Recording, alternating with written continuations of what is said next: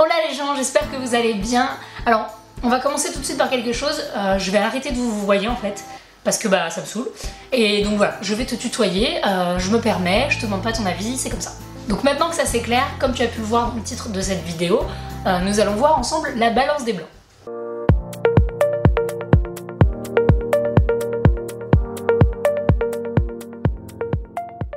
Alors la balance des blancs, qu'est-ce que c'est? Attends, tout de suite, on va demander à Google. Balance des blancs, définition.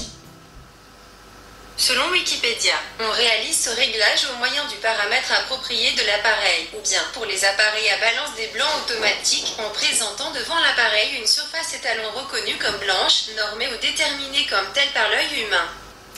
Ok, donc ça nous a pas du tout dit ce que c'était, c'est pas grave, merci beaucoup, au revoir. Une balance des blancs, en fait, c'est la chaleur de ton image. Je m'explique.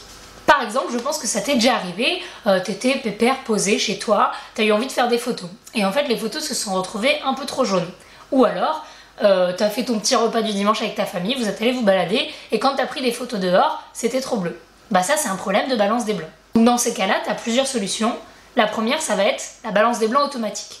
La balance des blancs automatique, ce qu'elle va faire, c'est qu'elle va compenser elle-même la source de lumière que tu as. Donc par exemple, si tu es en intérieur et que tu as une lumière jaune, ça va compenser tout seul. Seulement des fois, la compensation est pas parfaite et donc du coup, tu n'auras pas une image neutre. Donc par exemple, on va faire le test tout de suite. Voilà, donc là on a mon espace de travail et j'ai fait exprès de prendre, d'allumer la lumière artificielle et on va prendre déjà une photo avec la balance des blancs automatique. Et ensuite on va prendre la même photo avec une balance des blancs réglée en lumière adaptée, donc c'est-à-dire là en lumière tungstène. Donc c'est une lumière artificielle. Et enfin, juste pour comparer, mais ça on le verra plus tard, on va faire en balance des blancs personnalisée.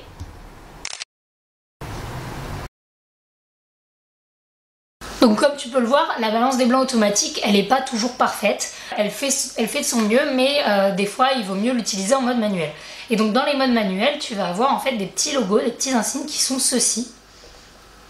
Et en fait, ces insignes, ça veut tout simplement dire quel type de source de lumière éclaire ton sujet. Donc par exemple, si tu es dehors avec un ciel nuageux, tu vas utiliser la balance des blancs nuageuse. Si tu es à l'intérieur et que c'est un éclairage au néon, tu vas utiliser la balance des blancs néon. Voilà, c'est pas compliqué. Donc après, ça dépend de ton sujet et de tes envies aussi, parce que ça peut arriver que tu aies envie d'avoir une balance des blancs un peu plus chaude. Par exemple, quand on photographie des gens, pour le teint de peau, pour que ça rende bien, il vaut mieux avoir une balance des blancs un peu chaude, plutôt que juste automatique ou que les blancs soient nickel. Ou, je sais pas moi, quand tu photographies un coucher de soleil par exemple. Là, si tu as une balance des blancs qui est un peu plus chaude, tu vas vraiment avoir les tons de ton ciel qui vont ressortir et ça va être plus intéressant.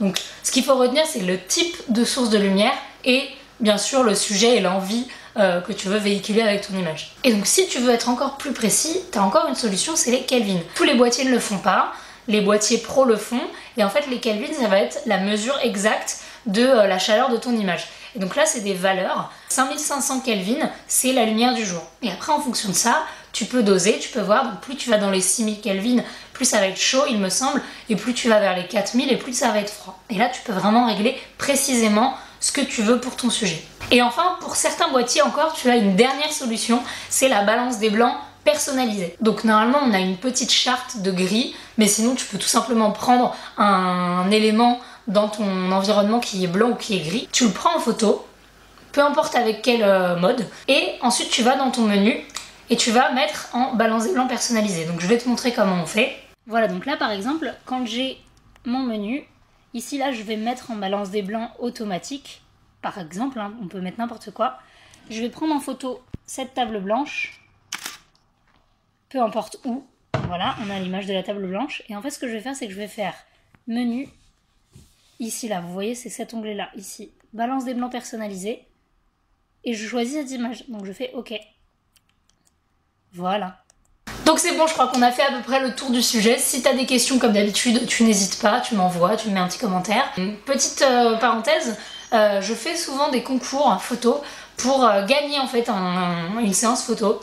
Et si ça t'intéresse, je viens de mettre un concours actuellement sur mon Instagram et mon Facebook pour gagner une séance portrait.